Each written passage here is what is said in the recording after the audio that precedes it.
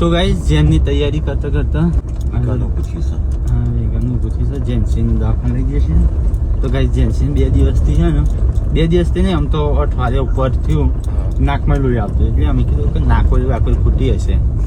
પાછું કોકની કોનમાં લોહી આવે, કોકની નાકમાં આવે, અને આગળ વધારે આવી ગયું કોનમાં લોહી વધારે આવતું હતું, એટલે હેડે છે દવાખાને લઈને. જેન્સી હવે દુખાય તને? હા, કોઈ સારો ડોક્ટર હોય ને તો સજેસ્ટ કરજો. અત્યારે તો વિસનગર જઈએ છે, દેખાતું નહીં.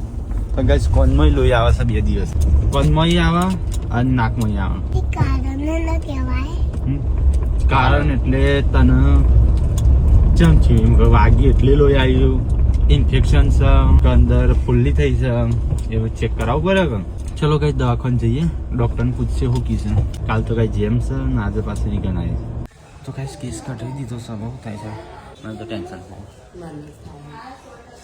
આજે મારા કોનમાં દુખાતું હતું, તે પછી અમે દવાખાને જઈને આવ્યા. તો ગાઈસ એક તો હવારે એજન્સી દોડતો કરી દીધો, અને એક તો મને એવું ટેન્શન આવી ગયેલું ને, પણ મેં લોહી આવી એટલા માટે તો નહોતું ટેન્શન, પણ આ બીજું કારણ સમજે રડવું આવી ગયું.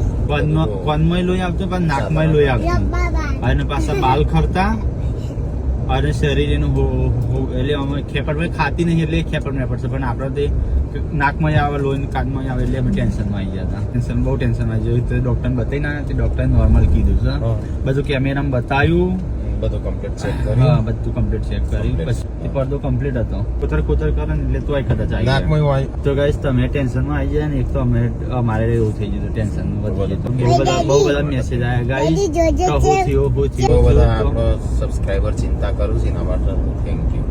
ચિંતા કરવાની કોઈ જરૂર નહીં. અને અમે હેડ્યા છે પાછા ઘરે, કારણ કે જેમની તૈયારીઓ કરવાની.